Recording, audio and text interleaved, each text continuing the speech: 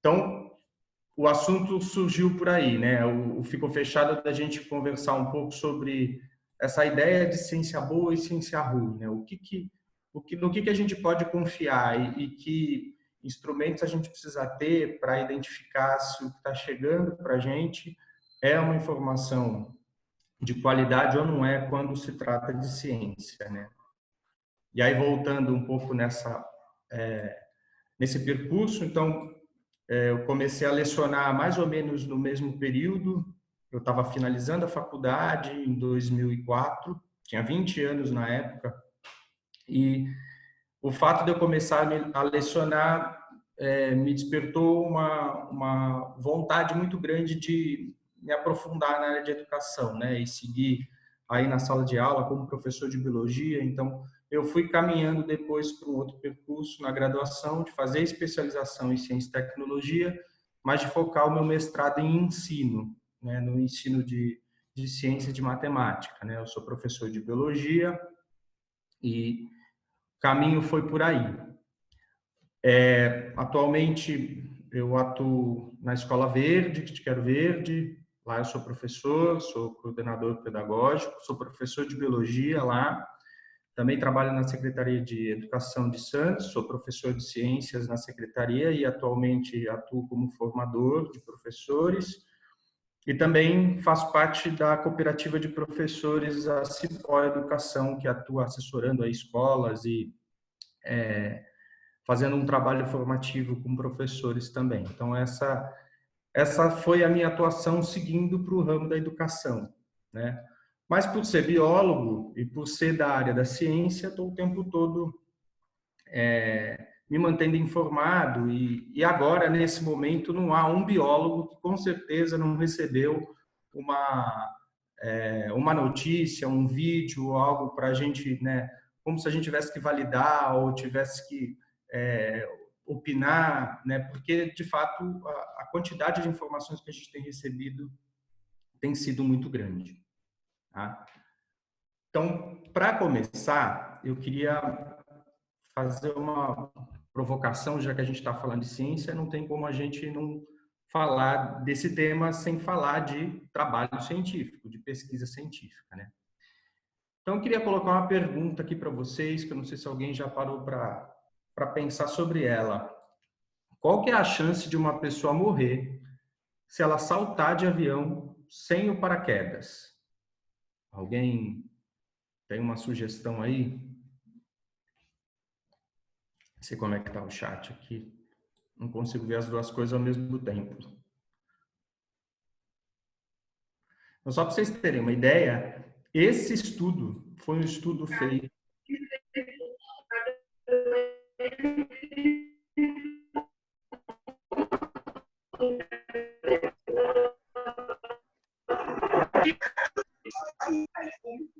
Ei, Paty, alô? O microfone está cortando, não consegui ouvir. O microfone está cortando um pouquinho.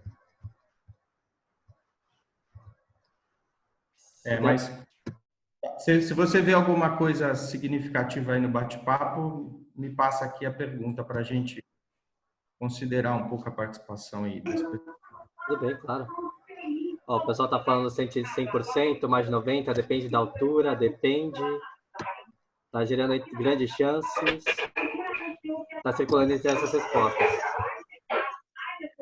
Só para vocês terem uma ideia, a gente fica pensando nas condições. Esse foi um artigo publicado no British Medical Journal e uma sessão. A vovó tá fazendo. Oi, peraí, pessoal. Pessoal, por favor, se der para cortar o microfone.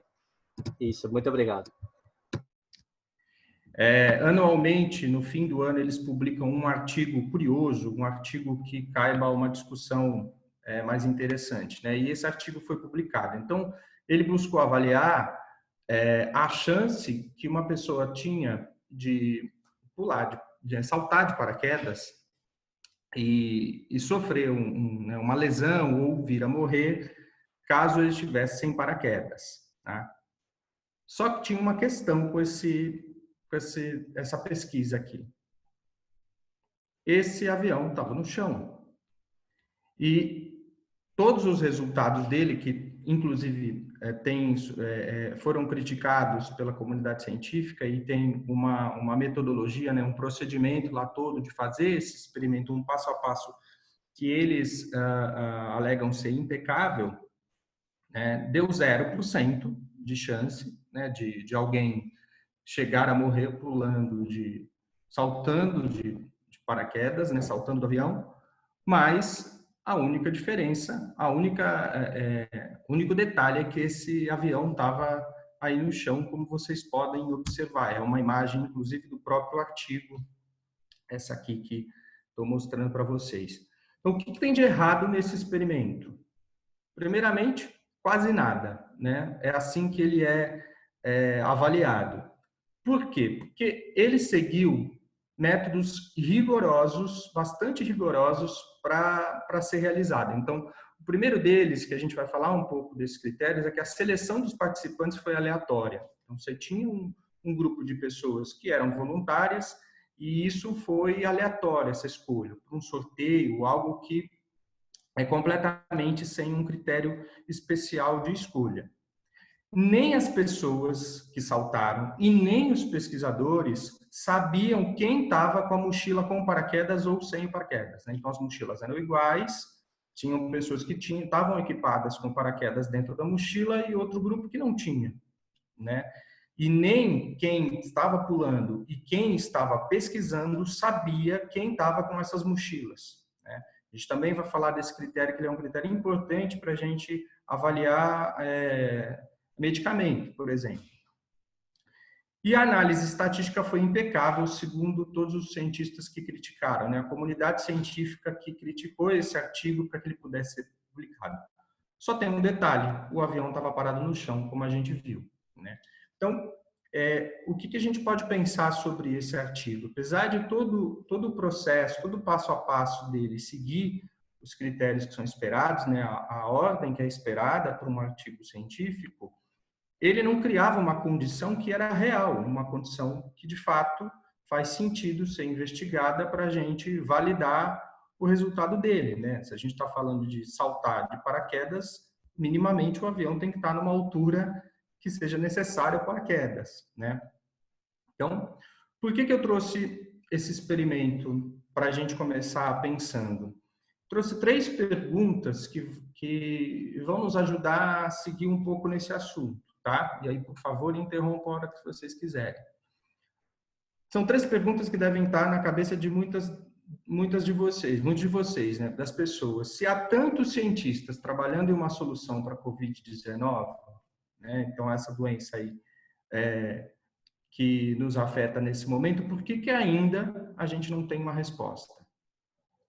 Essa é a primeira pergunta. A segunda é, se há tantas informações, né, sobre medicamentos, inclusive a hidroxicloroquina, que é o mais famoso deles, mas se vocês estão ligados aí nas últimas notícias, devem ter ouvido falar de outras drogas que também estão sendo testadas. Por que esses medicamentos não são utilizados de maneira mais acelerada? Por que a gente não investe na aceleração desses tratamentos, né? E, afinal, por fim, o que torna uma pesquisa científica segura e respeitada pelos cientistas, né, e pela sociedade, para que a gente possa, de fato, avançar numa terapia, né, enfim, ter dados válidos aí, respeitados. Então, para a gente pensar nessa primeira pergunta, né, por que a gente não tem uma solução rápida para essa resposta, eu queria que a gente conversasse um pouco sobre o que é ciência e o que é o cientista. Então, é muito possível que muitos de nós, quando falam em cientista, né, e aí eu trouxe uma imagem que é resultado de uma pesquisa no Google Imagens, lá com o termo cientista. É muito possível que essa seja a imagem que venha muito aproximada na cabeça de todos vocês, né? Então, aqui à esquerda a gente tem várias pessoas utilizando alguns equipamentos específicos que a gente já reconhece que são da área da ciência, seu jaleco branco, como se elas acordassem todos os dias e colocassem o jaleco delas e fossem direto para o laboratório para descobrir alguma coisa, né? Essa é um pouco a ideia, muitas vezes, que a gente tem de ciência na grande maioria das vezes. Vem sempre a ideia também do cientista meio doido, né? Meio estereotipada. Então, essa foto do Einstein é muito utilizada para representar a ciência. Mas uma coisa importante que já é necessária falar aqui é que quando a gente fala de ciência, a gente não fala só de ciências da natureza. A gente não fala só de cientistas que estudam a natureza, a biologia, a física, a química, a astronomia, enfim, todas os segmentos da ciência que estudam o meio natural. Mas a gente também tem as ciências que estudam a sociedade, ciência que estuda a história, que estuda uma série que produz uma série de outros conhecimentos que são da humanidade, né? E que também possuem certas características como um cientista das ciências da natureza, né? Essa fala do cientista, essa imagem do cientista que a gente tem, muitas vezes ela está ligada um pouco com a história com a qual a ciência foi apresentada para a gente, né? Quando a gente, na escola mesmo, a ciência é apresentada de uma maneira que reforça um pouco essa imagem, vou até falar um pouquinho dela mais com exemplos, mas e pouco sobre o processo de fato que existe por trás para que algo seja descoberto, né? Seja confirmado pela ciência, né? Como a gente pode esperar aí. Então, bem rapidamente, só para vocês se situarem no que a gente está falando, há algumas fases importantes da pesquisa dentro da ciência da natureza, e aí eu vou me focar nela, primeiro por ser minha área e porque é contexto do que a gente está conversando, que são essas fases aqui. A primeira delas é a pesquisa básica. Então, no que se faz pesquisa básica? Um pesquisador que faz pesquisa básica, ele busca, antes de acontecer a pandemia, antes de precisar de um medicamento, antes de precisar de um recurso tecnológico, ele busca por substâncias, por propriedades que existem em substâncias, em moléculas que já existem na natureza ou que podem ser criadas artificialmente. Trabalha para compreender fenômenos que acontecem na natureza, para entender melhor os seres vivos, entender melhor a vida e para construir conhecimentos de base que vão ser necessários quando a gente precisar fazer novos estudos ou quando a gente aparecer um problema como esse, por exemplo, que a gente precisa de conhecimento de base de biologia, de medicina, de infectologia, para que a gente possa se apoiar em algum conhecimento para tomar decisão. Se a gente olha para essa famosa curva que tem sido apresentada para a gente para justificar a quarentena, por exemplo, ela surgiu de conhecimento anterior e muito também de conhecimento de base de infectologistas e de pessoas que estudam contágio e infecção viral, né, de doenças virais respiratórias. Muito bem, depois da pesquisa básica, a gente tem fases de pesquisa que são pré-clínicas.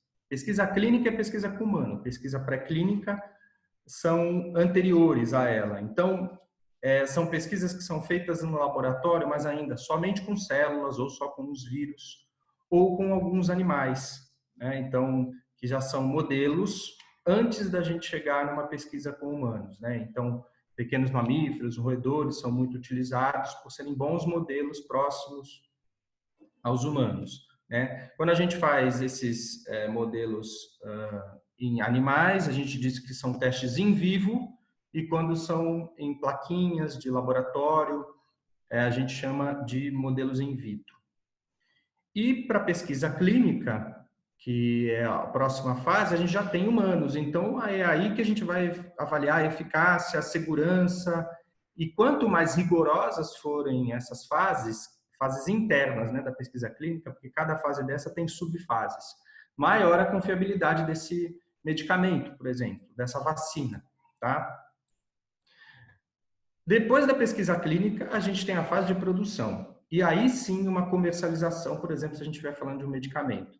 Durante essa fase aqui, ainda é preciso, se a gente pensar no Brasil, por exemplo, que uma agência que é de vigilância sanitária como a Anvisa faça a regulamentação, coordene esse registro, e aí sim esse medicamento vai ser fabricado em grande escala e essa distribuição e venda vai acontecer. Então vejam o quanto que é longo esse processo e o quanto que ele não é simples, ele é um processo complexo para que aqui na ponta a gente tenha um medicamento seguro, uma vacina segura.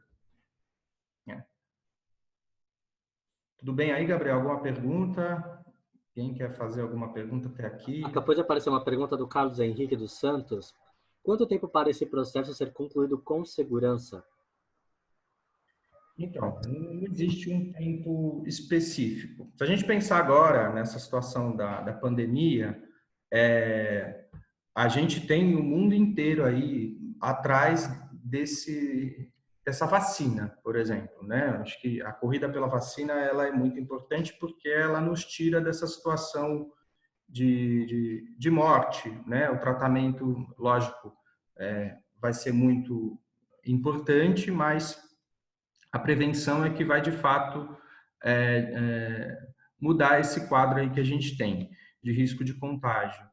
E, com toda certeza, a velocidade para isso vai ser maior. Se a gente não tivesse numa situação de urgência como essa, possivelmente alguns anos para essa vacina sair. O que se espera é que ela saia aí por volta de 1, 2 anos, mas ainda assim isso é uma previsão, né? Ninguém consegue dar essa resposta. Quando a gente para ler e ouvir especialistas que estão diretamente debruçados nesse trabalho, eles também não conseguem prever com clareza isso e a imensa maioria afirma que para esse ano a gente ainda não deve esperar uma vacina.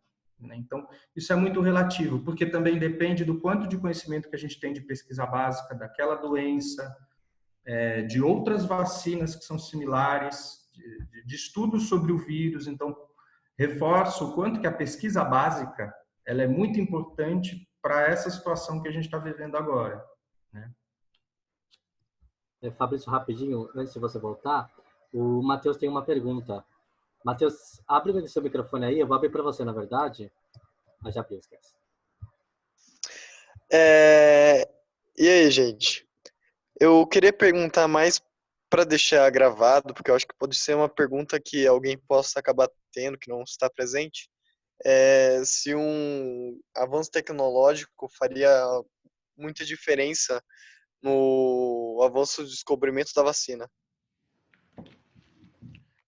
Então, Matheus, o que a gente pode contar nesse momento é com a tecnologia que existe. Quando a gente fala de desenvolvimento de pesquisa, né, como eu falei agora da pesquisa básica, isso depende de um investimento anterior em ciência, né? Então, o que a gente tem de tecnologia em ciência hoje, de recurso no Brasil, né, hoje para o trabalho, ele é fruto do que vem sendo feito de investimento em ciência nos últimos anos, né? Então, a gente sabe que há no Brasil grandes cientistas, porém muitos deles precisam sair do país para ter boas oportunidades de fazer ciência, né? Mas a gente aí se destaca no fornecimento de grandes cientistas para a humanidade também, mas a gente, pensar no nosso país, tem uma certa limitação para pesquisa, né? Então, na verdade, o que a gente tem de recurso tecnológico para a vacina é o que nós temos hoje. Dificilmente vai ter um grande avanço nas técnicas em 1 ano, em 2 anos, 3 anos, que é o que se espera aí para a gente ter uma vacina. E ainda assim é uma previsão.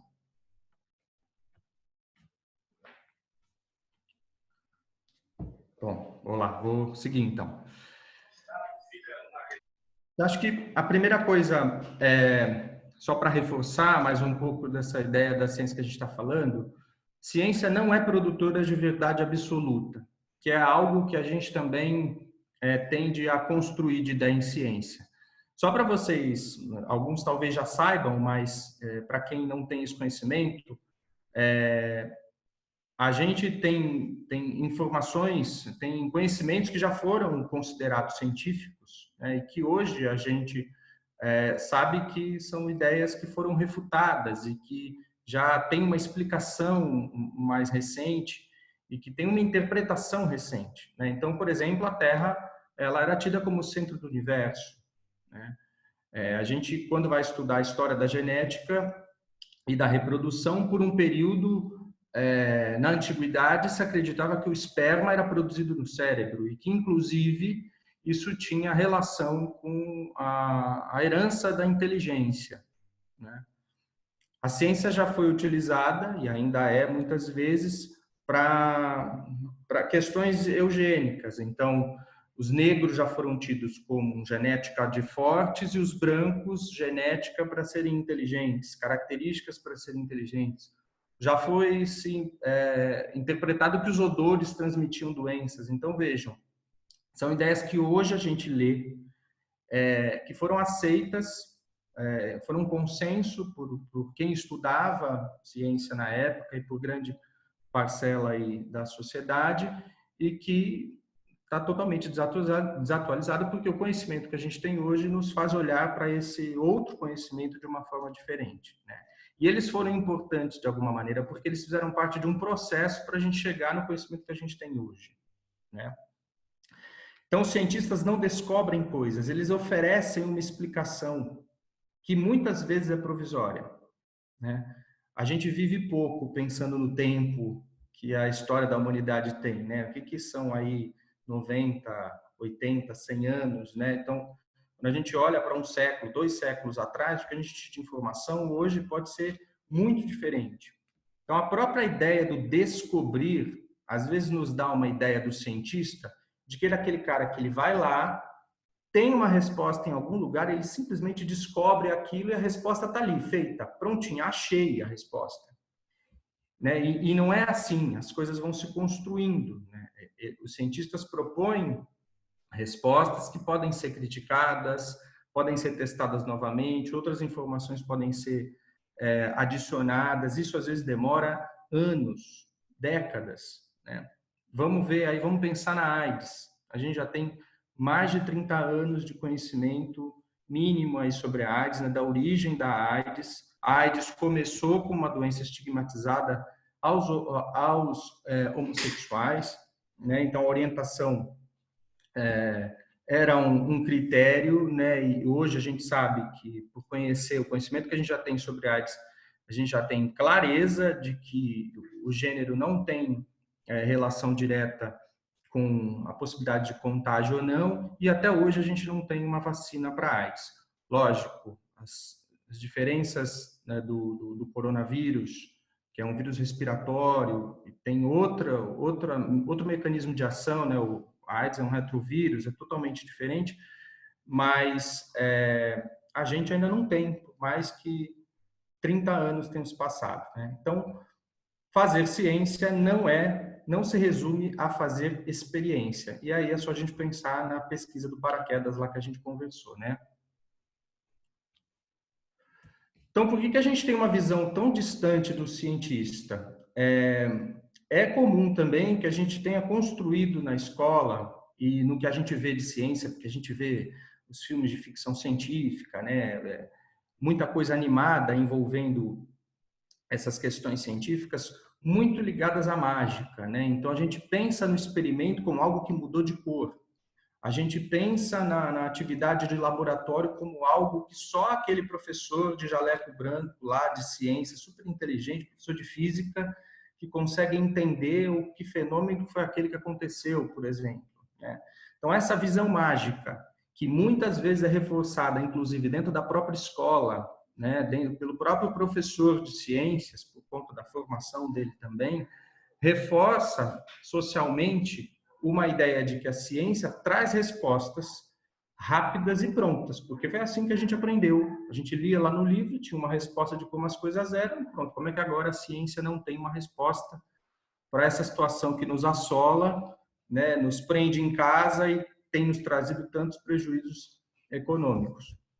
né? Então, basta a gente olhar para pensar na nossa escola e lembrar quantos conhecimentos de ciências a gente aprendeu e que hoje a gente utiliza para tomar decisão na nossa vida do dia a dia, na nossa vida coletiva, né? Porque há muitos conhecimentos que dependem de ciência, né? E a gente muitas vezes não teve acesso a ele da maneira como ele poderia ter sido apresentado para nós na escola. Então, essa visão mágica do cientista muitas vezes atrapalha um pouco a nossa compreensão do que é ciência. Só para vocês terem uma noção, foi feita uma pesquisa pelo Instituto Abramundo, mais ou menos 3 ou 4 anos, sobre o nível de letramento científico, que é o quanto que as pessoas conseguem utilizar a ciência para resolver problemas no dia a dia, né? E essa é a distribuição que a gente tem aí. São 4 níveis, o nível 1, 2, 3 e o 4. O nível 1 compreende informações explícitas em rótulos e bulas de remédio. Então, a gente tem 16% da população aí, pensa em 200 milhões, em média aí, mais ou menos, né? Que compreendem uma informação numa bula, por exemplo, tomar um comprimido de 8 em 8 horas. Isso é uma informação básica, escrito na forma de texto, e 16% da população estão nesse nível, né? Só conseguem compreender essas informações. No nível 2, já compreende um texto com uma tabela simples que relaciona uma informação com outra. Então, vê uma tabela nutricional, consegue identificar que ali numa coluna é quantidade, na outra é o nome da substância, né? Ou entende minimamente uma conta de luz, assim. Tem uma noção bem básica, mas consegue compreender.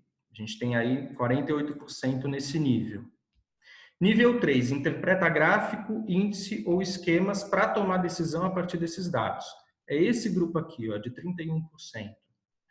Vejam, só a gente pensar nesse período, a gente tem tido um monte de informação na forma gráfica, né? Da curva subindo, de quantas pessoas estão falecendo, do quanto que a gente precisa atrasar essa curva para a gente dar tempo para desenvolver estrutura aí, para menos pessoas morrerem. 16% que estão no nível 1 e 48% que estão no nível 2 são pessoas que a gente não considera que conseguem interpretar esse tipo de informação, por exemplo, né?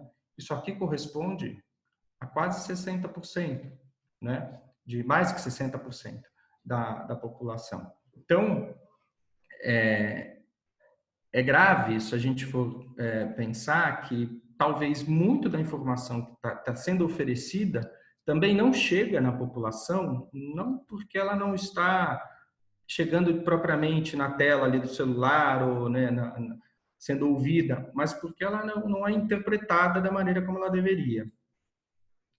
E o nível 4 já é um nível de 5% da população, que propõe soluções, avalia a veracidade de informações científicas, conhecendo diversos campos da ciência. E aí está mais ligado também a uma especialidade, né, voltada à área científica, quem já tem um domínio maior também, né? Você tem alguma pergunta aí? Até aqui? Aqui por enquanto nada. Por enquanto nada, desculpa. Então, só para a gente refletir um pouquinho, mais um exemplo aqui que possa ser interessante. Quando a gente fala de conhecimento, que é um conhecimento que a gente observa e tira determinadas conclusões, e agora, num momento como esse, de tanta confusão de informação, a gente percebe isso acontecendo muito, a gente fala de um conhecimento que chama de conhecimento de senso comum, que é quando o que a gente vai observando é o mesmo que o meu vizinho também observa, e as pessoas que eu convivo também observam. Aquilo vai se transformando numa informação validada por muita gente. Então, um exemplo aqui para a gente pensar: se a gente vê diariamente o Sol aparecendo de um lado, se movimentando para o outro, então nascendo, se pondo do outro lado do céu, né?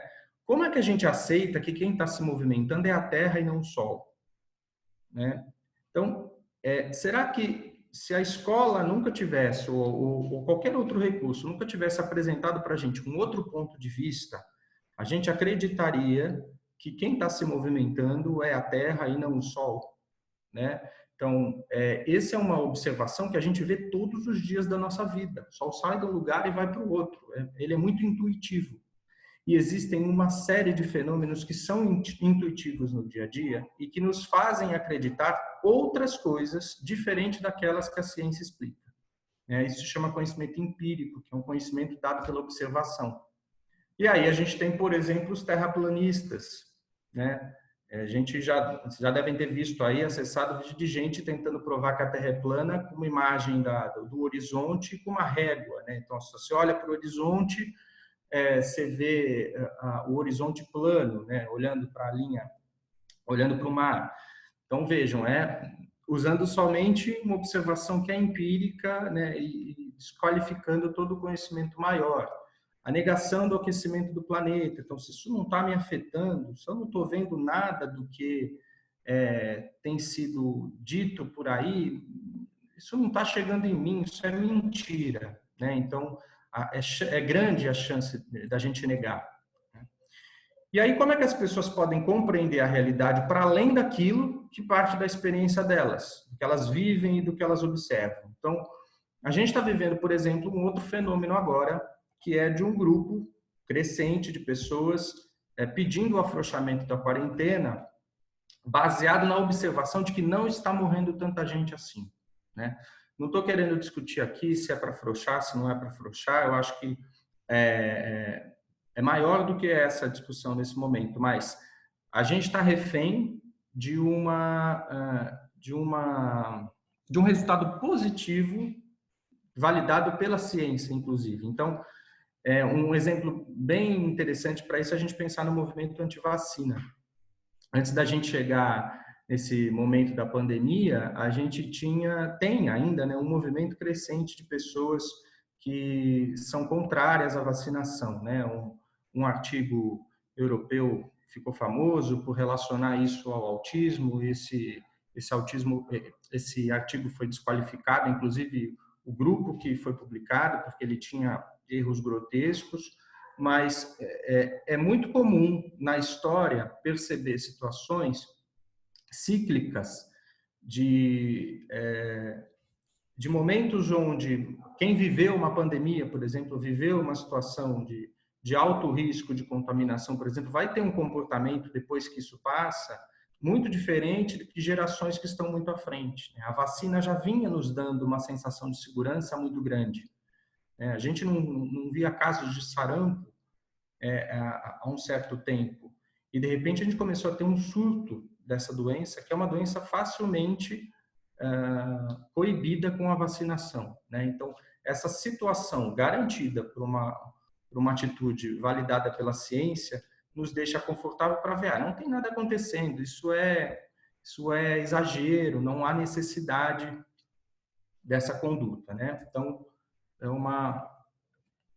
E aí, para terminar essa primeira pergunta, né? Portanto, se há tantos cientistas trabalhando uma solução para a Covid, por que ainda não tem resposta? Porque a ciência séria não trabalha na contingência nem na urgência, ela não é para ontem, ela é por antecipação, é por prevenção, principalmente quando se trata de saúde, né? O que a gente tem tido agora são muitos reports científicos que estão sendo publicados e não trabalhos finalizados. Então, a imprensa tem dado muitos, um estudo publicado ontem, na verdade, são resultados muitas vezes preliminares que são lançados numa base de dados para os cientistas, para eles poderem acompanhar o que está acontecendo dessas pesquisas, inclusive para eles serem validados, porque eles não vão ser publicados numa revista de credibilidade se eles não forem validados por outros cientistas. E isso acaba caindo na imprensa, gerando essa sensação que a gente tem de milhares de informações, de muitas pesquisas que às vezes nem têm credibilidade, são pesquisas fracas, com muitos problemas. Peraí, Fabrício, desculpa te cortar rapidinho. Só um comentário do Rafael. Se uma árvore cai na floresta e ninguém está perto para ouvir, será que ela faz algum som, algum barulho? Experimente sobre observação e conhecimento da realidade, que é o que você estava comentando, né? Exatamente, um bom exemplo. E uma pergunta da Júlia Calamita. Então, nesse momento que somos bombardeados de informações, dizendo que o número de casos ou de mortes não é divulgado e outros casos o que está, como me certificar ou acreditar em quê? Desculpa, você pode repetir a da Júlia? Porque eu cortou aqui. Não, claro. Então, nesse momento que somos bombardeados de informações, dizendo que o número de casos ou de mortes não é o divulgado e outros nossa, desculpa. Não é divulgado e outros o caos que está, como me certificar ou acreditar em quê? Eu acho que essa da Júlia, eu vou começar a responder um pouquinho agora do meio para o fim, né? Que eu também vou dar algumas recomendações de lugares seguros para a gente consumir notícia científica, né? Mas essa busca é pelo lugar, ou pela fonte, na verdade, né, Júlia? Porque, de fato, a gente vai receber, vai ser bombardeado. A gente precisa fazer algumas escolhas dos lugares onde a gente lê informação científica para tentar conseguir avaliar melhor o que chega lá no nosso WhatsApp, o que chega para a gente de notícia, né? E essa informação essa frase que o Rafael colocou para a gente refletir me fez pensar um pouquinho até aqui na nossa floresta, né? Quantas árvores caem na Amazônia e quanto que a gente tem sido alertado disso e o que a gente tem feito, né, como sociedade para preservar esse ecossistema, né?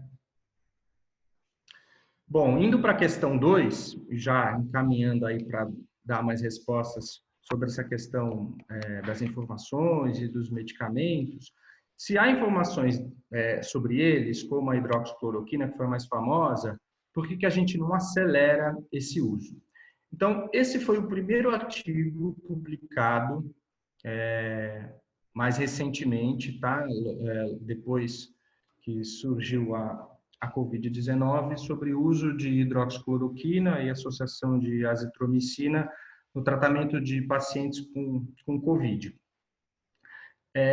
Esse foi um trabalho francês, bastante criticado, muito criticado. Ele, na verdade, nem é um trabalho completo, ele é um report, como eu falei para vocês, né? Ele foi lançado sem ser criticado, sem ser lido por outros grupos e recebido críticas. Isso na ciência é muito comum. Qualquer pessoa que já apresentou um trabalho científico sabe disso, né? O quanto as críticas são extremamente importantes para validar o trabalho, para que ele seja revisto, seja mais ou menos aceito. E ele foi criticado por uma série de motivos. Esses, inclusive, são critérios importantes que a gente pode observar quando estiver falando de um trabalho científico. Peraí, Fábio, rapidinho, outra pergunta aqui. Muitas vezes, ao estereotipar a ciência, não é uma estratégia ideológica para reduzir seu alcance e relevância? Com certeza. A gente tem tido, inclusive, um movimento de criação encomendadas de pesquisa com interesses dentro dessa pesquisa, que, na verdade, elas precisam até ser... Pode existir pesquisa de interesse, né? Uma empresa, a indústria farmacêutica, por exemplo, pedir uma pesquisa específica, mas ela precisa estar declarado nessa pesquisa essa intenção, né? Esse interesse, esse conflito de interesse na pesquisa. A gente tem tido, neste momento já, pesquisas encomendadas por grandes grupos econômicos para a gente repensar na questão do isolamento, por exemplo, né?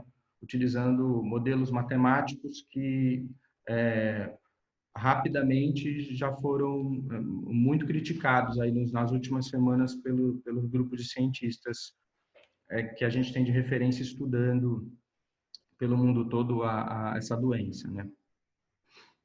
Então, existe algo no trabalho científico que chama protocolo científico, que é o passo a passo dele, né? Então, tem algumas perguntas aqui que nos ajudam a verificar a validade de um trabalho. Então, que procedimentos foram realizados, o passo a passo dele? Ele foi uma pesquisa com teste em animal ou sem uso de animal, né? Foi in vitro ou foi in vivo, com uso de animal? Ele é uma pesquisa clínica Teve teste em humanos? Se sim, como é que foi realizada a seleção dos participantes? Isso é muito importante, né? Pensar lá no teste que a gente viu lá do avião. Houve comparação entre um grupo que tomou o medicamento e outro grupo que tomou o placebo? Placebo é uma substância que não faz efeito nenhum, né? A gente chama de pílula de farinha, né? E ela é utilizada para o grupo controle. Então, para eu poder fazer uma comparação de que o remédio fez efeito em determinado grupo, eu preciso dar para outro grupo, né, um remédio que não faça efeito nenhum, não modificar nenhuma outra situação, para que o grupo teste que modificou somente o remédio que foi administrado, a gente possa ter clareza de que foi o remédio que curou a doença, por exemplo. Participantes e pesquisadores sabiam quem tomava o medicamento e quem tomava o placebo? Isso é um outro critério. E aí, quando a gente... isso aqui só para mostrar aqui para vocês. Então, isso é um teste in vitro, né? Tem um cientista fazendo testes em uma bancada de laboratório, ele não está utilizando nenhum modelo animal, né? Ele pode estar usando células, os vírus, alguma substância específica. Os testes com animais, então, são fases pré-clínicas. E aí a gente tem a fase clínica, que já é com testes em humanos. Então, vamos olhar aqui para aquele artigo que eu falei para vocês, que disparou toda aquela polêmica em relação à hidroxicloroquina, né? Os experimentos que foram realizados foram clínicos. Então, foi um experimento com humanos, com poucos humanos, por volta de 80 pessoas participaram desse experimento, que foi uma pesquisa francesa, como eu falei para vocês, de pacientes que estavam com Covid, porém, a escolha dos participantes não foi aleatória. Então, foram pegos pacientes que estavam com a Covid, deram positivo para a Covid. Uma crítica desse artigo é que todos esses pacientes tinham sintomas muito leves, então, o que se critica é como é que a gente sabe que foi a medicação que provocou essa melhora se os pacientes tinham sintomas leves, e a gente sabe que quem tem sintomas leves por todo o período da doença de Covid tem grandes chances de se recuperar pela própria ação do sistema imunológico, né? Quem chega a precisar de hospital. Não houve grupo controle, não houve placebo. Então, só foi observado essas 84 pessoas que tinham a Covid, né, e não houve um grupo controle, um outro grupo que tomava uma medicação que não fazia efeito. E, além disso, os pesquisadores e os médicos sabiam quem estava tomando o medicamento e quem não estava. Isso, na ciência, é muito criticado pelos pesquisadores, porque inconscientemente, sabendo que a gente está dentro de um programa, por exemplo, de teste de medicamento, se eu também tenho certo interesse de que aquilo faça efeito, eu posso manifestar alguns comportamentos inconsciente, mas que fogem um pouco do controle, né? Pode ter uma certa interferência no comportamento das pessoas quando elas sabem que elas estão tomando um remédio que não faz efeito, o placebo, por exemplo, né? Então, esse foi um estudo que tem sido muito criticado por muitos problemas, dentre eles esses 3 aqui que eu coloco para vocês, né? Que são critérios importantíssimos quando a gente fala de produção de medicamento. Não sei se alguém tem alguma pergunta até aqui. Partindo para a última. Não? Então, afinal, o que torna uma pesquisa científica segura, respeitada pelos cientistas e aceita pela sociedade? Então, é preciso seguir procedimentos rigorosos que permitam que ela seja reproduzida, criticada e contestada. Então, se o experimento não diz com clareza como foram escolhidos os participantes, quais foram os passos pelos quais os pesquisadores passaram, que decisões foram tomadas, de modo, como se fosse uma receita mesmo de bolo, que qualquer outro grupo de pesquisa refaça, possa contestar e dizer, olha, os nossos resultados não foram esses, foram outros, o protocolo foi o mesmo, ou não, de fato, a gente valida. Isso vai criando um corpo de conhecimento, de validação para aquele conhecimento, que é maior ou menor, né? Então, se vários grupos fizerem o mesmo protocolo e ele der certo, aquela informação, né, aquele conhecimento vai ganhando um corpo de credibilidade muito maior. Senão, ele fica numa zona de contestação, esperando outros novos testes, outros novos experimentos que se associem a ele. Quando há intenção de produção de medicamento ou vacina, ou qualquer tratamento terapêutico com o humano, uma pesquisa científica vai ter maior confiabilidade se ela for aleatória, que é esse randomizada que eu falei para vocês. Os participantes têm que ser escolhidos aleatoriamente. Eles têm que ter grupo controle, um outro grupo que toma placebo. For duplo cega, que é quando nem os pesquisadores e nem os participantes sabem quem está tomando o quê. E a quantidade de participantes tem que ser representativa. Uma outra crítica desse estudo foi de que 80 pessoas, né, tirando todos os outros critérios que não foram atendidos, também não eram representativos para a gente assumir que a hidroxicloroquina é uma medicação segura para ser administrada nos casos de Covid.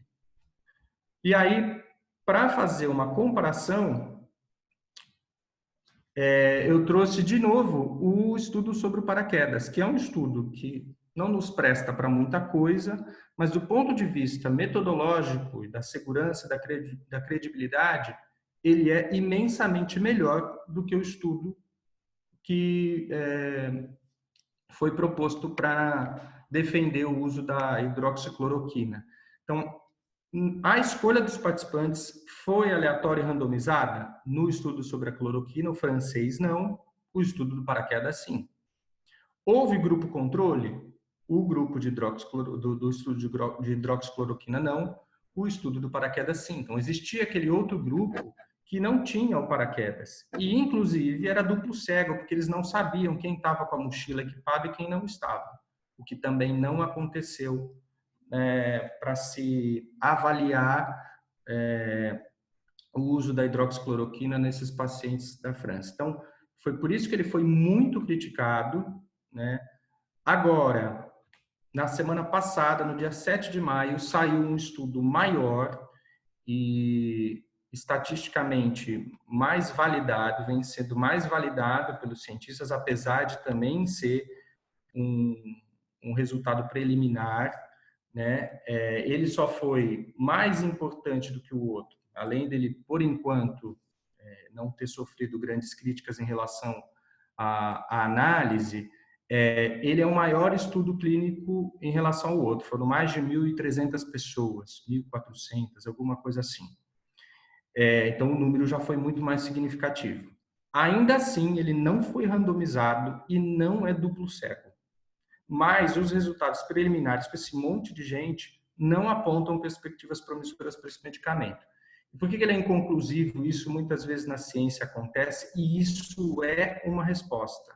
Acho que os meus alunos devem lembrar que eu falava muito isso. Resultado negativo em ciência é uma resposta. Significa que este caminho não é um caminho que você pode apostar, que dá para investir. Então, nesse momento de urgência, sendo que há várias pesquisas com inúmeros outros medicamentos, por que investir em um medicamento que não está sendo promissor, né? Foi essa a grande questão que foi colocada. Só como um dado também interessante, dos medicamentos que são testados in vitro, que é aquela fase ainda na plaquinha de laboratório, em média 7% deles dão certo quando são testados em vivo. Então, quando a gente ouvir que um medicamento tem dado certo, tem mostrado resultado positivo e a gente souber que ele ainda está na plaquinha do laboratório, ou seja, ele é pré-clínico, ele não foi para humanos ainda, são 7% dos medicamentos que são testados in vitro que tendem a manifestar bons resultados quando vão para a pesquisa clínica. Então, só para reforçar mais uma vez que esse processo é muito complexo, muito lento e precisa ser feito com muita cautela. Peraí, Fabrício, só te cortar rapidinho. O Cássio Bueno, ele colocou aqui no chat. Na fase clínica de pesquisa de medicamentos, devem ser testados em... Peraí que o Matheus mandou mensagem, sabe aqui. devem ser testados em pessoas de etnias diferentes, nacionalidades diferentes, que moram em lugares diferentes, idades diferentes, com sintomas diferentes, quadros clínicos diferentes e por aí vai. Dentro desses deve haver a aleatoriedade. Sim, Cássio. Se a gente pensar numa situação como essa, né, de que a pandemia atinge aí diferentes populações, as populações elas têm genéticas, sistemas imunológicos diferenciados, então com toda certeza a gente vai ter mais informações sobre a ação desse vírus lá na frente, quando esse monte de estudo focado nas populações também acontecerem, né? Com toda certeza. Agora veja, nesse momento a gente não tem conseguido saber nem de maneira geral, né, generalizada, informações básicas sobre o tempo de incubação, sobre a imunidade. Então, a gente fica imunizado? Se fica, por quanto tempo?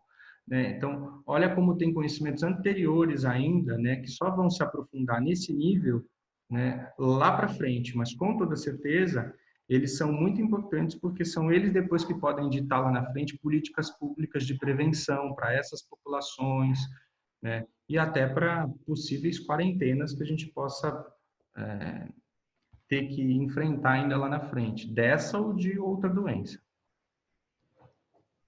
Tem uma pergunta aqui do Rafael. Os laboratórios costumam trocar informações ou só as compartilham na hora que publicam estes artigos? Então, a forma de publicar, de compartilhar informação na ciência é publicando artigo, né? Lógico que algum outro dado, com toda certeza, existe comunicação, os cientistas se conhecem, inclusive os cientistas que estudam as mesmas coisas fazem parte de grupos de troca de informação, mas é a publicação do trabalho que faz aquele conhecimento circular. Então, é por isso que o cientista precisa pesquisar e publicar trabalho, né? Agora, é isso que está acontecendo. Esses pequenos reportes que são dados ainda, muitas vezes, sem uma confiabilidade validada, são lançados para a comunidade científica. E, muitas vezes, a imprensa ou há pessoas que se aproveitam desses dados, como a gente está vivendo agora um momento muito complicado, para disseminar informação que ainda não está validada pela própria comunidade científica. E aí, uma questão importante também de falar, né?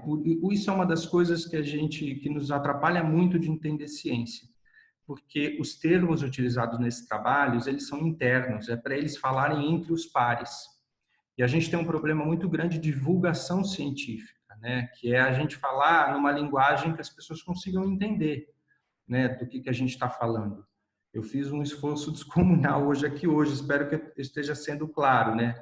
Porque quando a gente está muito imerso na ciência e está falando com pessoas que são da mesma área, como qualquer um de nós, né? Se a gente vai conversar com pessoas que são da nossa área, a gente vai usar alguns jargões, alguns termos que são específicos. E não adianta um cientista ir para a TV falando como se ele estivesse falando com outro cientista, né? Como quando a gente senta no consultório médico e o médico diz um monte de coisa para a gente, mas que não nos informa nada, né? Então, é um desserviço de comunicação e de consciência para as pessoas, inclusive que afeta a atitude que elas vão tomar depois com aquela informação, né? Ou que não tomam com essa informação. Peraí, Fabrício. O Flávio mandou mais uma pergunta aqui. Fabrício, podemos já estabelecer uma relação entre as deficiências do letramento científico no Brasil com a resistência de muitas em ouvirem as falas de infectologistas e estudiosos? Os países com medidores melhores em educação científica também aderem poucos às ações de cientistas no combate a essa epidemia global. Olha, eu li essa semana, até passada por uma colega, a Rosária, que está aqui ouvindo também, acredito que ainda está aí, um trecho de um texto escrito por uma educadora da Unicamp, que dizia que essas atitudes todas que a gente deveria tomar agora, o respeitar a quarentena, o usar a máscara, o evitar o contato social, não dar saidinha, porque se eu resolvo fazer a minha saidinha e todos os outros também, enfim, isso tudo são procedimentos, são coisas do fazer, do dia a dia, né? Com tanta informação que a gente tem recebido, validada pela ciência, que está circulando, a gente já está até cansado de ouvir as mesmas informações, existe uma significativa parte da população que não tem feito esses procedimentos. Isso nos faz refletir de que coisas que são do campo do fazer, do procedimento, né, que eu preciso saber fazer, não basta eu ouvir, não basta alguém me dizer como tem que fazer, né? Vai muito além. Então, informação científica chegar na gente depende da gente interpretar essa informação, ter valor por ela, porque de repente eu posso ter alguém que não tenha valor pela ciência. Então, o que vem de informação científica eu já nem presto atenção, porque isso aí é bobagem. E além disso, é conseguir tomar aquela atitude, né? Porque de repente eu não sei fazer determinados, eu não sei o que fazer com aquela informação. Então, é muito profundo, isso é um problema de educação em ciência que se arrasta no nosso país há muito tempo e a gente, na verdade, está colhendo esse fruto agora, né? E colhe muitas vezes, eu acho que nas perguntas finais agora que eu vou trazer para a gente, isso ajuda a ilustrar também. Acho que eu respondi, não sei.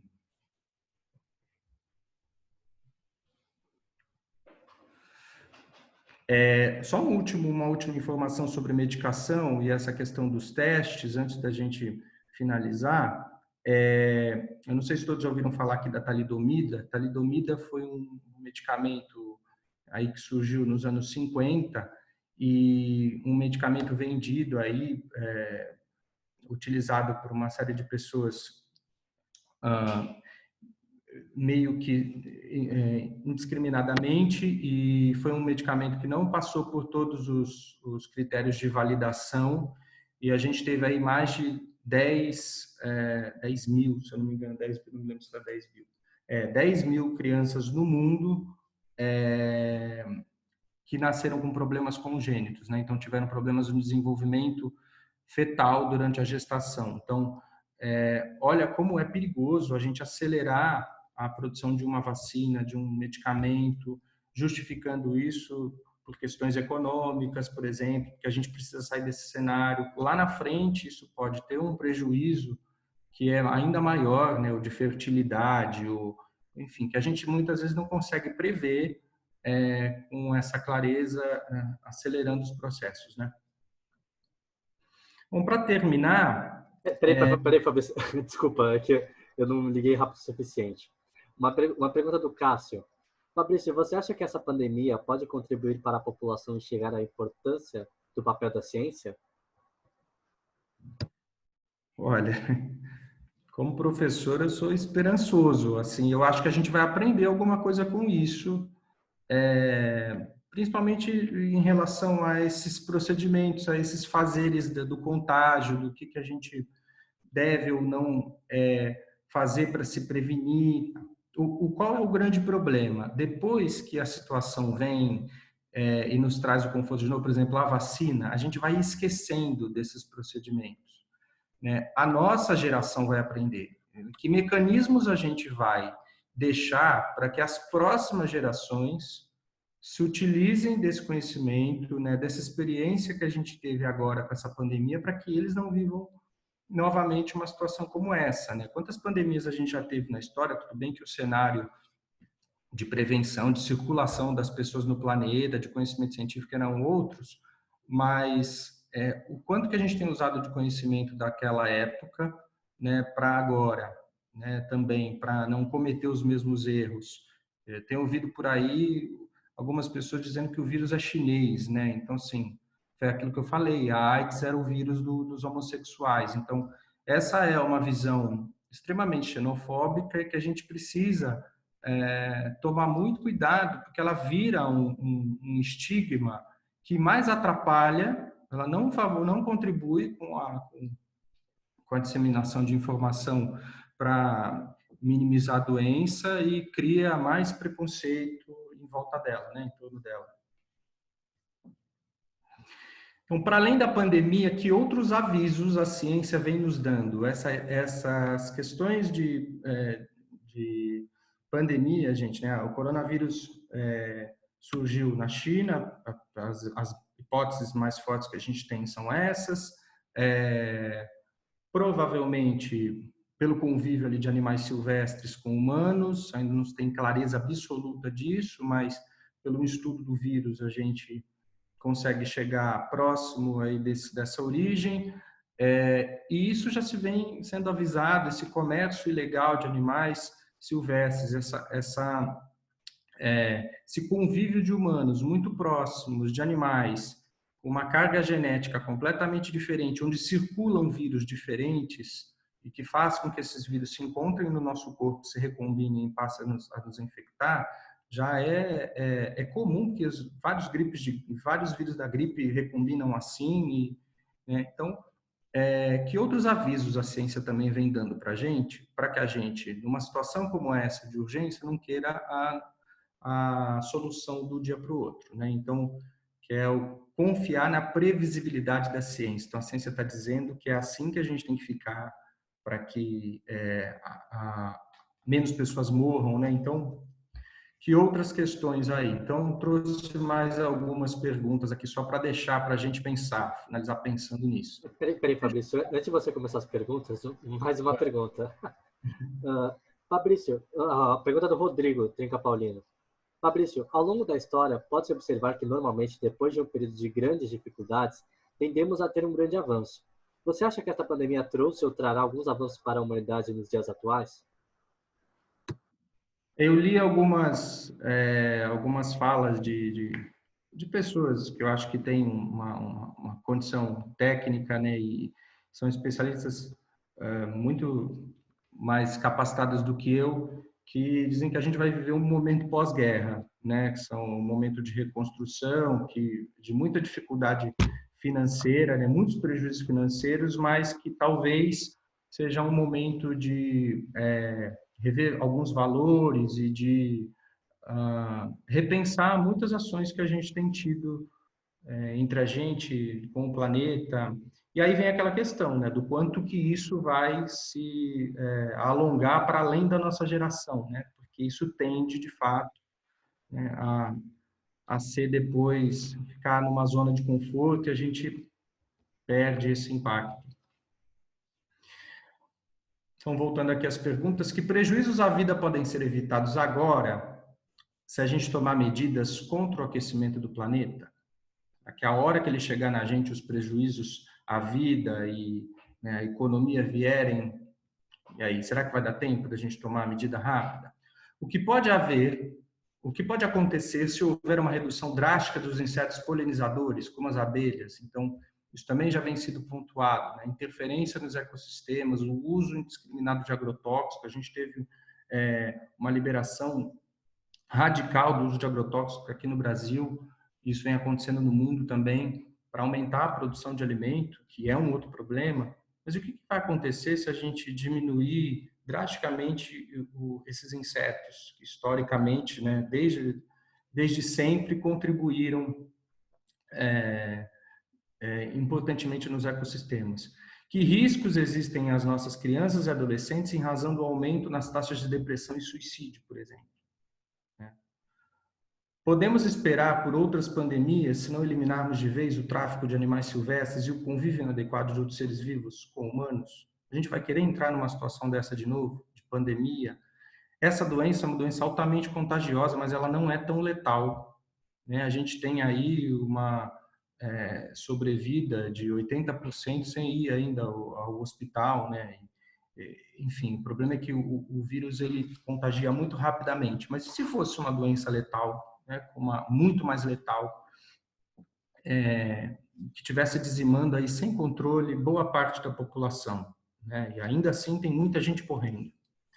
Qual o limite para o nosso consumismo, considerando a finitude de recursos naturais? Então, já está posto que a gente não vai conseguir manter esse ritmo de consumo que a gente tem por recurso natural no planeta. Ele pode não acabar agora na nossa geração, mas ele vai acabar.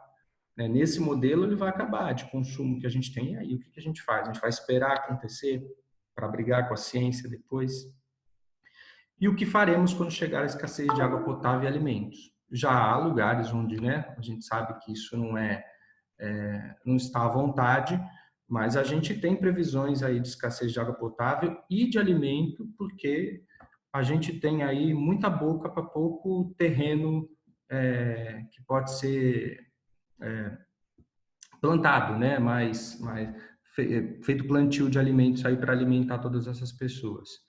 Então, essas são algumas perguntas que podem nos ajudar a pensar um pouquinho no que também é importante a gente considerar que a ciência vem apontando, como já vinha apontando para essas questões das doenças pandêmicas, e a gente, como sociedade, não deu ouvidos, né? Como não dá muitas vezes para muitos outros conhecimentos. Peraí, Fábio, rapidinho. A gente tem duas perguntas aqui. Primeiro, a Paula Franco. Todos nós temos visto a importância da quarentena. Minha pergunta é sobre qual solução você analisa ser possível para as pessoas que não têm renda fixa e precisam, de alguma forma, sair de casa para conseguir dinheiro. Qual posicionamento político você acha que seria mais adequado? Olha, eu não tenho essa resposta. Eu acho que, na verdade, ninguém tem, né? Eu vejo, assim, aí é uma avaliação minha, tá, pessoal? Eu não fico tão incomodado, e não fico incomodado, na verdade, em saber que há pessoas na rua pressionadas a fazer isso porque elas não têm outro recurso no momento, né? Eu acho que o pior e o que talvez está pressionando a gente não chegar, não bater a meta dos 70% de isolamento, não é desse grupo, é do grupo de pessoas que dão as saídas por escolha própria, né? Porque precisam praticar atividade física, precisa ver a rua, todo mundo precisa disso. Eu preciso disso, né? Todos nós aqui precisamos disso. A questão é que a gente está empurrando esse período de quarentena e que aumenta o prejuízo dessas pessoas, inclusive de todos nós, né? Porque, por enquanto, alguns de nós podem estar conseguindo ter os seus rendimentos, mas isso é em cascata, todo mundo vai sofrer com o que a gente vai ter de prejuízo econômico daqui para frente. Esse alongamento da quarentena está sendo causado justamente pelas pessoas que criticam o tempo que a gente está em casa, né? A gente era para estar, e aí isso tem sido muito dito já pelos especialistas, que era para a gente estar talvez começando a avaliar como voltar, olhando lá para frente, já conseguindo planejar a volta, né? Não só do comércio, mas olhando lá para as escolas e enfim, para uma vida ainda cheia de restrições, porque a gente vai voltar paulatinamente, com muitos cuidados ainda, com toda certeza, podendo voltar para uma quarentena, dependendo de como isso comportar, isso que a gente ouve de todo especialista, mas eu acho que esse é o grande problema, né? A gente está empurrando essa quarentena justamente por conta da conduta daqueles que são os maiores críticos dela, por não confiar na informação, enfim. Fabrício, rapidinho. Peraí que o Matheus levantou a mão. Se muta rapidinho e pode falar, Matheus.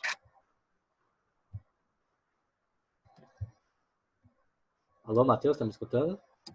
Oi, eu tinha esquecido de ligar. Desculpa. Fabrício, você concorda com a perspectiva de que com a extinção de animais, de seres vivos, pode ocorrer também a extinção de possíveis curas para possíveis doenças que existem ou que existirão no futuro? É isso. Matheus, vamos lá tentar responder sua pergunta. Acho que qualquer interferência que a gente faça, e aí quem já estudou cadeia alimentar sabe que a gente, qualquer interferência que a gente faz no ecossistema, a gente mexe com a dinâmica daquele lugar de maneira, muitas vezes, imprevisível. Não dá para a gente dimensionar todos os prejuízos, se eles vão ser grandes, se eles vão ser a longo prazo, curto prazo. Com toda certeza, com uma interferência dessa, pode levar à extinção não só dessa espécie, mas de outras que teriam um potencial de cura e e de desenvolvimento de uma técnica terapêutica para qualquer benefício que a gente possa ter para a humanidade. Com toda certeza, isso pode acontecer. Agora, em relação a isso que você falou, uma coisa muito importante a gente precisa investir em pesquisa básica.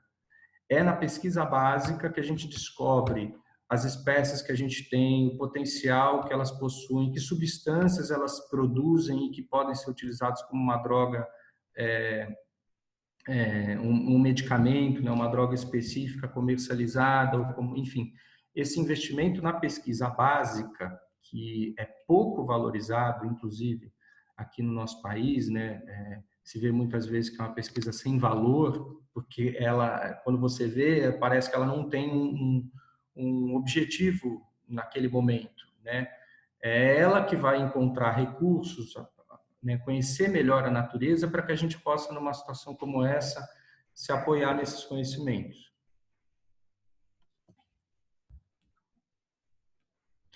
Bom, e aí para finalizar, se tiverem alguma outra pergunta, mas eu trouxe aqui algumas boas referências e aí passa pelo meu critério, tá? Se vocês quiserem tirar foto, aí eu depois, não sei se tem como, acho que pela gravação também dá para pegar, mas de algumas redes sociais, porque acho que é por onde a gente mais consome informação hoje em dia, né? Então, o Instituto Questão de Ciência e o Nunca Vi um Cientista são dois perfis interessantes que têm feito nessa pegada de divulgação científica que eu falei para vocês, com textos muito simples, mas não resumidos de modo a ele se tornar errado ou de passar uma informação equivocada, porque isso também às vezes acontece, ele fica tão simplório, tão simplista que não passa a informação da maneira como ela deveria. Mas eles investem nos memes, nos posterzinhos, né, interessantes para explicar questões relacionadas à ciência e estão bem focados nesse momento na Covid, na questão da Covid. Esse biólogo, que é um pesquisador e é um bom divulgador científico também, Hugo Fernandes, o Ciência Hoje, o Átila, que deve ser conhecido por muitos de vocês, né? Quem foi meu aluno já deve lembrar do Átila, ele já tem um canal super legal aí, o Nerdologia, que a gente já usava nas aulas de biologia, ele é um grande divulgador científico, e o perfil da Unesco também, que tem trazido informações bem interessantes sobre esse momento. Então, tanto no Face, quanto no Twitter, no YouTube e no Instagram, a maioria deles tem esses canais ativos em todas essas redes sociais. Então, como a gente já disse, né, confiem aí nessas informações da ciência e, se puderem, fiquem em casa. Minha fala acaba aqui. Se alguém tiver alguma pergunta, fique à vontade. Fabrício, sério, não tem como te agradecer. Só a sua disponibilidade de tempo para transmitir seu conhecimento para a gente é, assim, excepcional. Inclusive, eu tenho uma última pergunta, mas é porque eu estou nesse debate faz uns 10 mil anos e eu queria mostrar para o cara que está na Cal que você falou isso para mim, que era se lamber a tampa de alumínio do iogurte dá câncer, é verdade isso? Eu acho que eu comentei alguma coisa com vocês, né, por conta do alumínio. Exatamente. A concentração alta de alumínio, ela é tóxica, né, para a gente. Então, se recomenda que a gente não faça isso. Porque o iogurte que fica naquele pedaço, naquela parte da lâmina de alumínio, ela pode ter uma concentração alta de alumínio, é lógico. A gente faz isso uma vez ou outra, né? Foi um exemplo para falar da concentração do alumínio. Não é uma informação determinista, todo mundo que lambe vai ter, mas pode haver uma concentração de alumínio grande ali, quando a gente faz esse procedimento aí de lamber. Não, tanto que o cara já veio me encher o saco aqui. Tem algum estudo científico que comprove isso? Bom, mas isso aí já é outra questão. Essa foi uma informação que eu aprendi com um professor também. Nunca busquei nenhuma informação científica, mas é possível talvez que não tenha. Ela foi um exemplo para afirmar que o alumínio ele é tóxico, né? Inclusive se discute isso, tem pesquisa, tá? Se discute o uso da própria panela de alumínio, né? Que a gente vai do alumínio, do Tefal, que a gente vai aquilo vai sendo liberado no alimento e ao longo do tempo essa substância se acumula no nosso organismo. E a lâmina, a tampinha do iogurte também é de alumínio. Então, é um exemplo para ilustrar, mas ele não é uma informação determinista, assim, né? Entendi. Não tem problema. De qualquer jeito, assim, de novo, muito obrigado pela oportunidade. A gente fica te devendo qualquer problema que você precisar, qualquer ajuda, o Rotaract está à disposição de vocês, todo mundo que está na cal, na verdade, tanto do Fabrício como de qualquer um. Quem que precisar de mais informações, quem quiser acompanhar uma reunião do Rotaract, entrar, quem sabe, saber mais informações, eu ressalto aqui, tem a nossa página no Insta, que é o Rotaract Santos, @RotaractSantos, e tem a participante Duda, que está aqui na cal também, Duda Internos, está escrito, tá, gente? E eu não posso deixar de falar 2 recados, na verdade. Um deles é que, como é um projeto, o Rotaract Talks, vão ser várias palestras, não vai ser só essa. Teremos agora, dia 14, o Alberto Claro, professor da Unifesp, professor de administração, falando sobre ser ou não ser digital, que vai ser mega interessante e eu conto com a presença de vocês. Vai ser muito, muito legal mesmo. E outra coisa, galera, para finalizar, se for possível, lógico, tirar aquela fotinho marota para postar no Insta, todo mundo poder abrir a câmera aí, a gente vai tirar um print top e postar no Insta, se vocês não se importarem. Pessoal abrindo a câmera aí, quem tiver pelado botar uma roupa, fazendo favor, né? Não pode. Vamos lá, pessoal. Nossa, tem muita gente. Bom, a nossa presidente também está online. Quer dar alguma palavrinha, Paulinha? Olá, boa noite. Gostaria só de agradecer, Fabrício, muito obrigada por todas as informações esclarecedoras para a gente. E reitero todas as palavras que o Gabriel colocou agora nesse momento. Muito obrigada mesmo pela disponibilidade. Convido também para conhecer melhor sobre o clube, todos que ficaram aqui até o final com a gente. Foi muito bom mesmo, muito feliz. Espero que venham outras. Quem quiser também mandar sugestões de assuntos para a gente estar debatendo, para a gente fazer um novo bate-papo também, super bem-vindo. Pode falar com o Gabi ou comigo, com a Duda, ou até com o próprio Fabrício. Estamos abertos aí a sugestões e novos temas. Muito obrigada a todos pela presença. Show de bola, show de bola. Paulinha, você pode tirar o print aí? No 3 você tira o print porque, né, o pessoal tem que sair sorrindo. Você sabe como é que tira, Paulinha? Não? Ah, então perfeito. Pessoal, prestem bem atenção. 1, 2, 3 e todo mundo sorrindo? Foi? Foi? Foi? Aê, show de bola. Foi, amor. Foi, eu acho que, peraí, rapidinho, deixa eu ver se foi em uma página, né? Peraí. Tem que dar 3 fotos, porque tem muita gente ainda. Não sai, não. Peraí, agora manda pro WhatsApp. Abre o seu WhatsApp. Só queria deixar aqui marcado pessoal. que o máximo de pessoas online aqui na cal foi 73 pessoas. Eu não posso deixar de agradecer de novo. 73 pessoas é muita gente. Sério, eu tô muito feliz. Ainda mais que quando você participa da organização, você fica, assim, tinindo, né? De tanta gente online. Então, muito obrigado, pessoal. Peraí, que eu não estava preparada. Vocês conseguem tirar a foto aí do segundo? Acho que foi aqui agora. Peraí. O presidente também enrolado aqui. Foi, agora outra. 1, 2, 3 e segunda página. Faz todo mundo canita pra sair.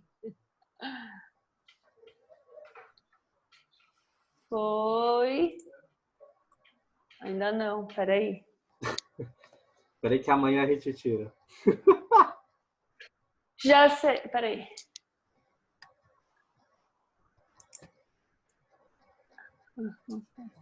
Mais uma. Aí, deixa eu conferir se foram as 3. Duda, dá um help aí que travou aqui. Ó, quem quiser mandar um salve aí, pode mandar que a gente faz tá assim, falando. ó, Gabi, vai você que tá na página aí, mostra a primeira página, aí depois vai pra segunda, terceira, a gente faz um print na gravação. Beleza.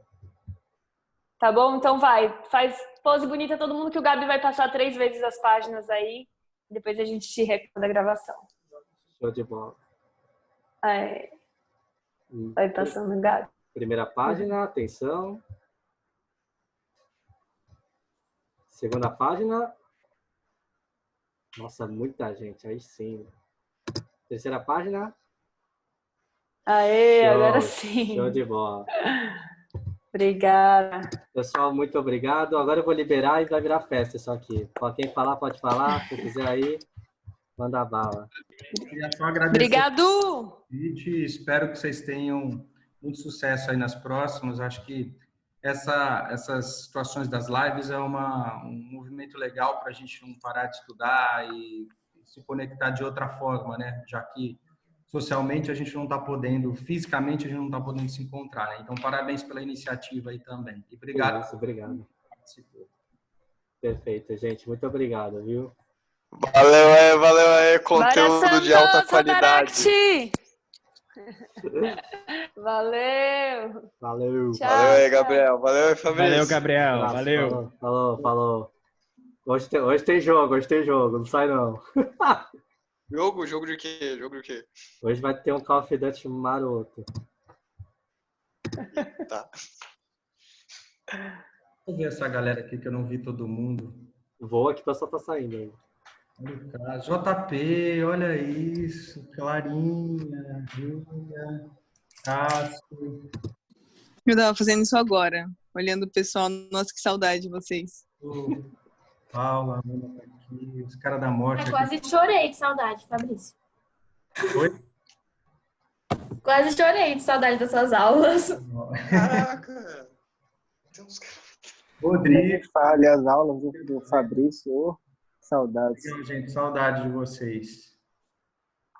Nossa, só tem gente bonita. E o Fabrício Caldeira.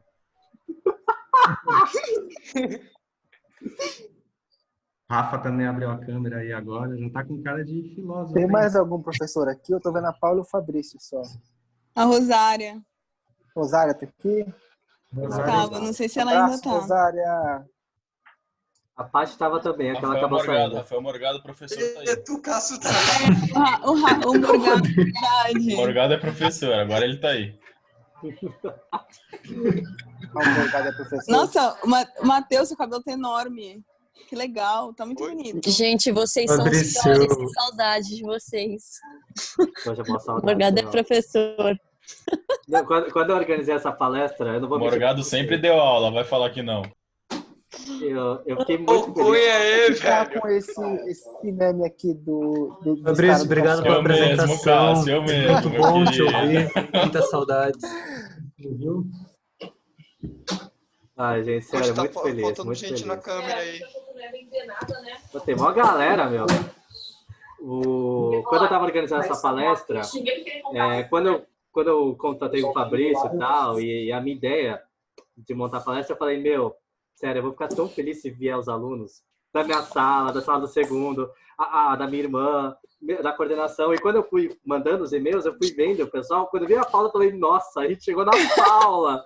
Nossa, ainda bem que ela veio. Eu falei, então, meu, vai ter gente. Nossa, mas vai ter gente. Eu já tinha visto, né? Que eu fiz a inscrição agora, mas eu já tinha visto. O Fabrício mandou no grupo dos professores. Muito legal. Obrigado. Feliz em ver vocês também.